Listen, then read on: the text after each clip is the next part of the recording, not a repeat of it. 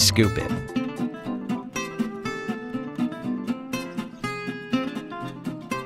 On va commencer la table ronde avec Pierre, qui va faire le tour en fait des intervenants.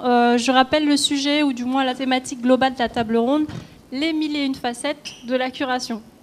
C'est à toi. C'est ça, tout à fait. Donc jusqu'à présent, on a parlé de stratégie de contenu, et là, on a parlé de la curation dans le cadre de la stratégie de contenu, et là, on va essayer de voir un petit peu quels sont les usages de la curation de manière plus large. Et on a vu notamment qu'on a fait de la curation de contenu, d'articles, de photos, de vidéos, de slides. Et alors on voit maintenant des nouveaux types de contenus apparaître.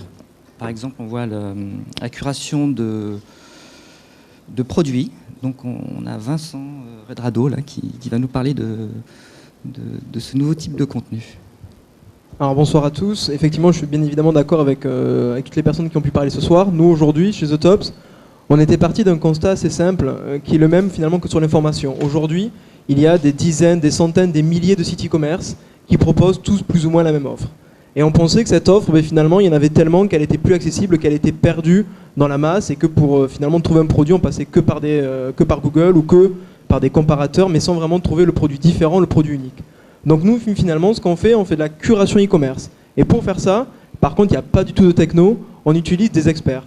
Des gens qui connaissent les produits par leur expérience et leur savoir-faire. Donc en gros, on va avoir des chefs étoilés en cuisine, on va avoir des sportifs de haut niveau, des designers, qui vont nous apporter leurs connaissances. Donc ils vont faire du sourcing produit, ils vont écrire des éditos, rédiger des photos, enfin ils vont faire des photos, des vidéos, pour embellir et raconter une histoire autour du produit. Donc finalement, on retrouve un petit peu toutes les notions dont on a parlé ce soir, mais directement sur la vente de produits. Donc nous, on regroupe des personnalités que vous pouvez suivre sur le site, et donc directement aussi créer votre propre feed. C'est-à-dire, si vous aimez que la cuisine, vous allez vous abonner qu'à des cuistots, et vous n'allez pas recevoir d'offres sur les sportifs, sur les designers. Donc c'est vraiment de la curation e-commerce autour de produits, ou qu'on peut acheter directement sur le site, tout en y rajoutant du contenu unique. C'est-à-dire que tous les éditos des produits sont rédigés par des experts. Toutes les photos, les vidéos sont aussi réalisées par eux. Donc on n'est pas du tout dans une notion de copier-coller du contenu, c'est de la création pour embellir ces produits et cette expérience un peu unique, tout en y rajoutant de l'émotion. D'accord, très bien. Et est-ce que vous pouvez imaginer d'autres types de contenus qu'on pourrait intégrer dans de la curation pour de la stratégie ? Un aparté très court, la musique. Un DJ, c'est un curateur de musique. C'est quelqu'un qui recycle des morceaux de musique existants, qui les pioche grâce à sa connaissance musicale et qui va les mettre en contexte en fonction de ce qu'il veut atteindre pour une audience donnée. Alors on peut dire qu'une radio web, par exemple, c'est déjà un média de curation. Oui, tout à fait. On va revenir un petit peu sur le rôle du curateur, parce qu'on a parlé, par exemple, de veilleurs. Yann nous a dressé deux typologies de veilleurs, hein, le chercheur et le trouveur. En entreprise, on a parfois des gens qui font de la curation d'un côté technique, c'est-à-dire ils utilisent l'outil comme... ils ont l'aspect utilisation de l'outil, et d'autres qui utilisent la curation, mais plutôt côté création de contenu, d'un côté littéraire. Est-ce que vous voyez quelles sont les qualités, quelles sont les compétences pour être un bon curateur ? Moi, je peux parler sur la base des profils qui marchent sur Scoop It. Alors, les gens qui font de la curation pour faire uniquement de la veille, c'est-à-dire qu'ils ne partagent leur curation qu'avec eux-mêmes, ils peuvent avoir du succès, mais je ne peux pas le mesurer. Donc moi, je mesure le succès aux gens qui font de la curation pour devenir un média, et je mesure le succès au fait qu'ils arrivent à engager une audience, qu'on peut mesurer. Et là, il y a deux critères absolument importants, qui sont très difficiles à trouver chez la même personne, mais parfois donc, il en faut deux. C'est un, il faut une expertise avérée pour le domaine de curation. Les gens qui tentent d'utiliser un outil de curation pour se faire du trafic en faisant du bookmarking sauvage, ils font à peu près aussi bien qu'avec la photo de lolcats, c'est-à-dire qu'ils font vraiment un pic de trafic, et après ça décroît.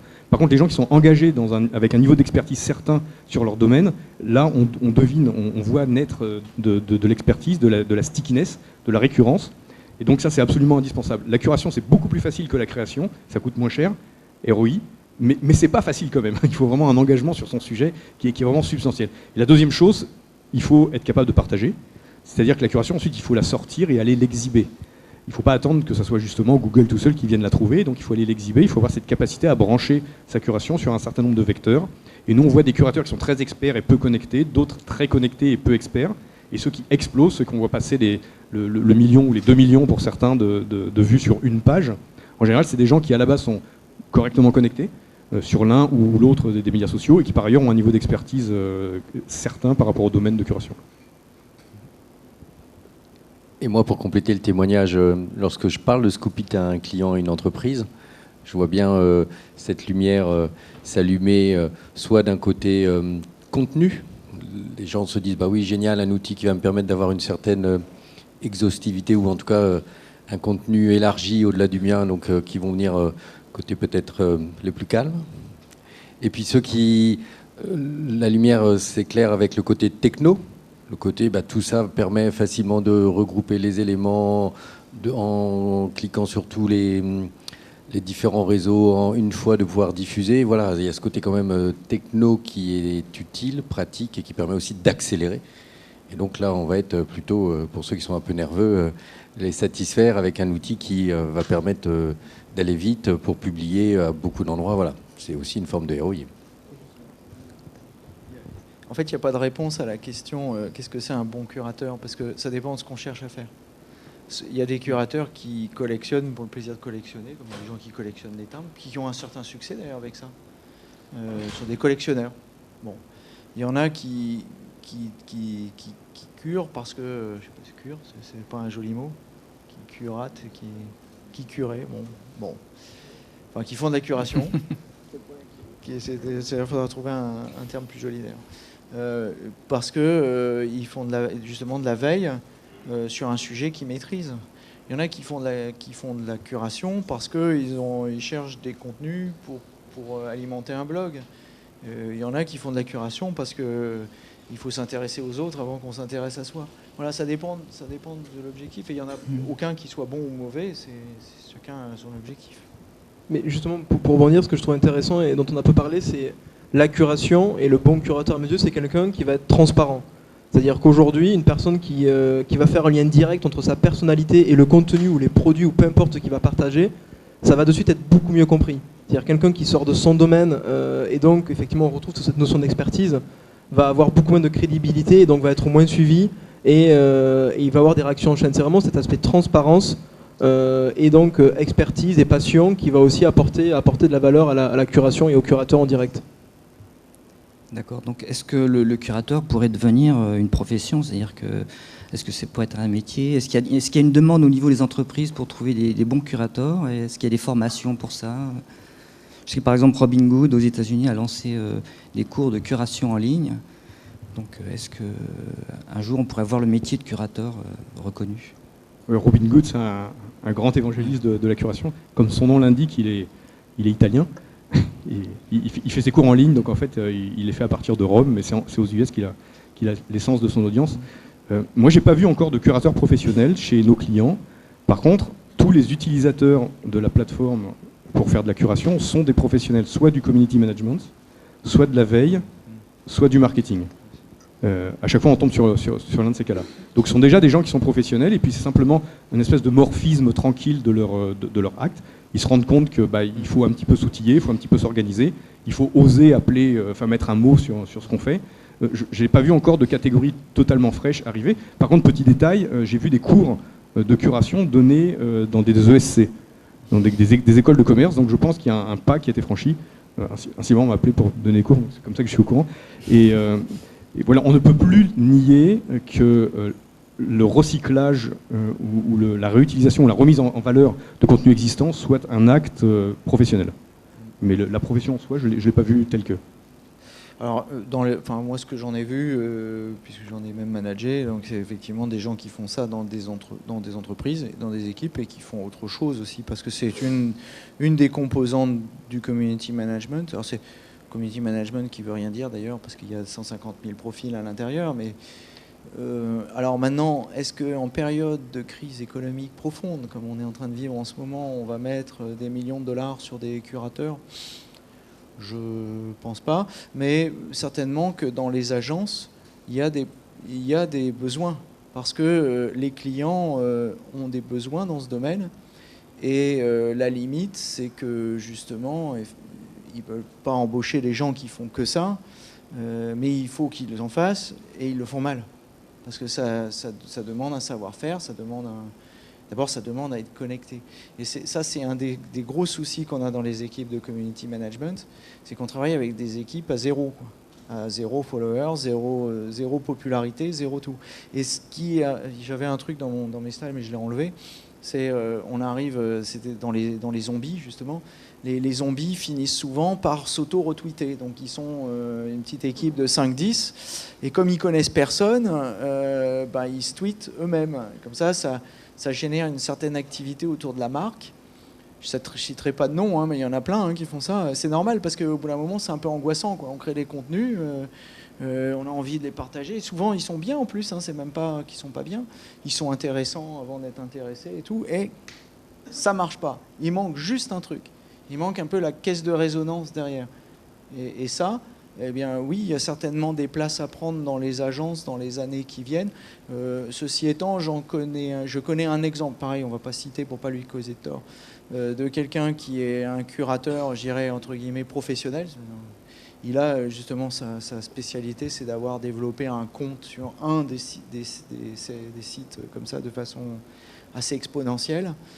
Et dans les agences, ne sont pas forcément toujours non plus en attente que de ça.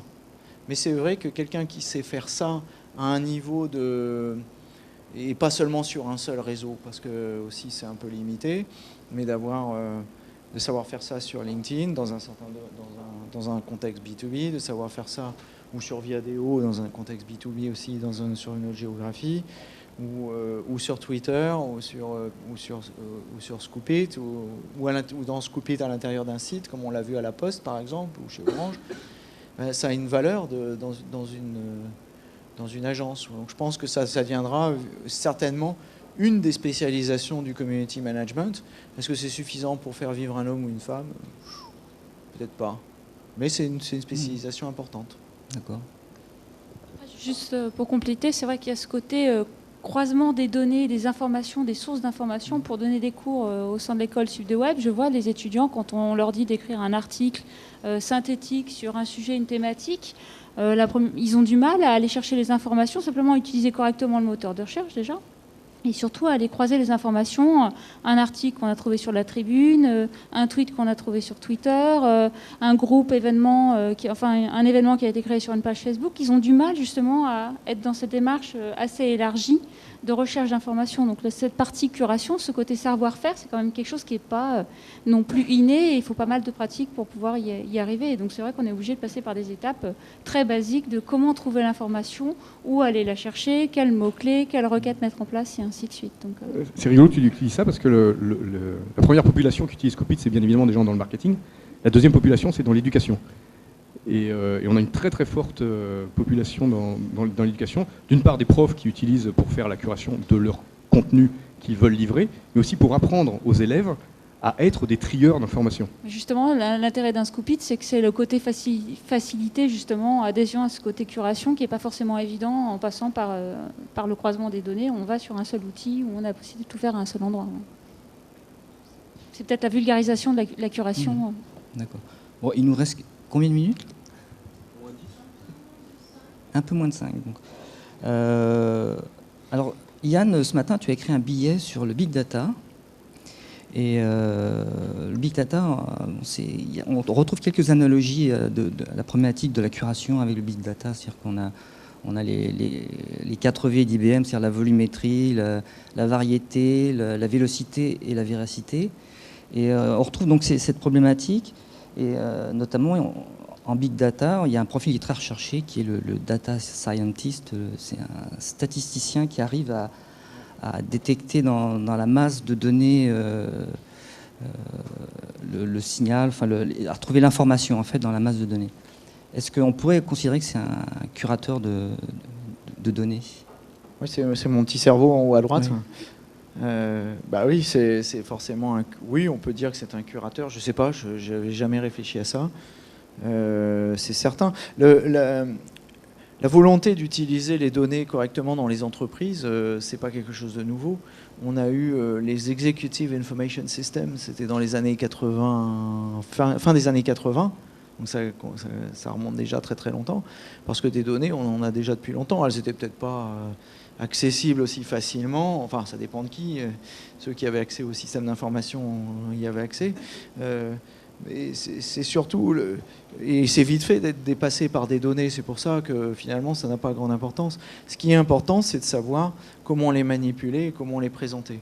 Alors, on a vu D'ailleurs, il y a 2 startups françaises qui sont développées dans ce domaine-là. Il y a BeIMe et il y a Captain Dash, qui font un peu différemment d'ailleurs. Et ils sont pas mauvais dans ces domaines. On a en France des bonnes startups sur ces sujets-là.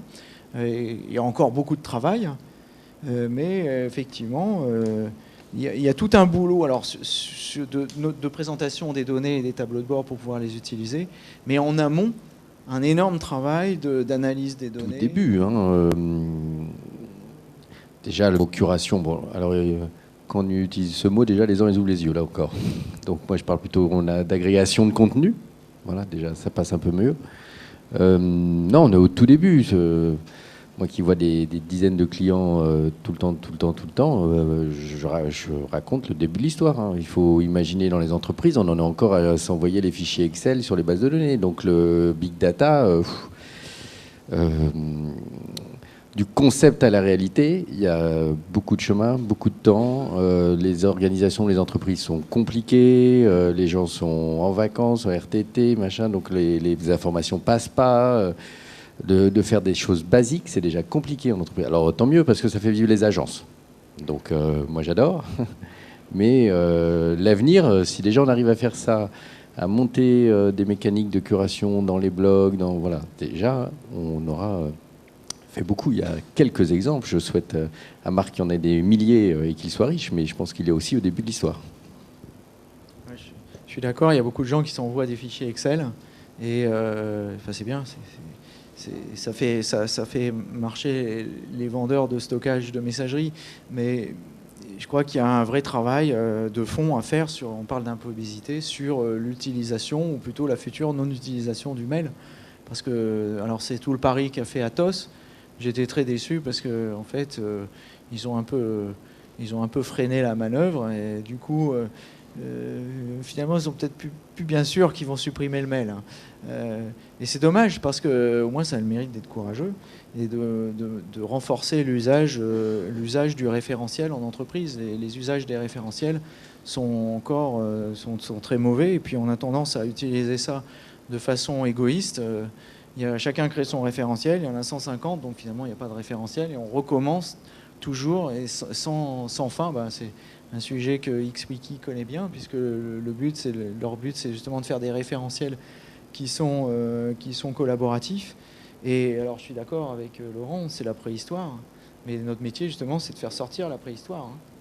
Il faut sortir de la caverne, il est temps. Justement, dans ta présentation, tu parlais d'outils qui utilisent de l'intelligence artificielle ou des choses comme ça. Est-ce que tu as vu une évolution dans l'intelligence artificielle? J'ai commencé dans l'informatique, je connaissais un type qui travaillait là-dedans, et ça devait révolutionner le monde. Finalement, on n'y est pas encore. Je crois que ça reste encore je pense que ce qu'ils entendent par intelligence artificielle, c'est des choses assez basiques qui sont qui sont déjà pas mal, qui sont des systèmes auto-apprenants. Mais c'est déjà pas mal. Déjà, si on avait ça sur l'email, c'est déjà pas mal. S'ils apprenaient, par exemple, que j'aime pas, ils renverraient un message aux gens qui m'en envoient en disant il aime pas le mail. Passe-lui un coup de fil. Si on avait ça dans Scoopit, ça serait bien aussi. Voilà. Auto-apprenant. Pardon? On auto-apprend les... Non mais attends, point très important. Aucun doute sur le fait qu'il y aura de l'intelligence artificielle. Moi, je travaille dans l'AI il y a 25 ans. Je suis un digital natif. Ça vous fait marrer? Qui c'est qui a rigolé? T'étais pas né, je programmais sur un ordinateur qui aurait eu du mal à loger dans cette pièce et qui a moins de puissance de calcul que ton iPhone. Non, mais blague à part, très important, oui, il y a de l'intelligence artificielle. Par exemple, l'apprentissage des sources. Siri, c'est l'auto-apprentissage, on est dans l'exemple. Après, il y a la vraie question, c'est quelle est la finalité de ça? Si la finalité, c'est de trier ton flux entrant. Moi, pour trier mon flux entrant, je mets très volontiers des robots, de l'intelligence artificielle. J'ai 100 mails qui arrivent, s'il y a un robot qui peut m'en jeter 98, même s'il m'en jette 2 ou 3 de trop, c'est pas grave. Ça me va, j'en récupère que 2, je gagne du temps. Il y a un ROI, c'est très simple. Maintenant, si la finalité, c'est de m'exprimer, donc je suis un curateur non pas pour trier mon flux entrant, mais pour fabriquer un média grâce auquel je m'exprime. j'ai pas du tout envie de laisser les clés de mon expression à un robot. Donc je pense qu'on va voir de l'intelligence artificielle sur le tri, sur la sélection des sources, sur la qualification des sources, mais certainement pas sur la publication. En tout cas, je le souhaite. Pour survivre à l'infobésité, il y aura un peu d'intelligence artificielle, mais il faudra aussi beaucoup d'intelligence pas artificielle. C'est toujours la même chose depuis 25 ans et même avant, je pense. On va boire un coup maintenant. Voilà, c'est ça. Je pense que tu as fait la bonne transition. Merci à tous les intervenants de la table ronde. Donc, je redis un peu les différents noms. Ah bah oui, d'abord. Merci. Scoop It.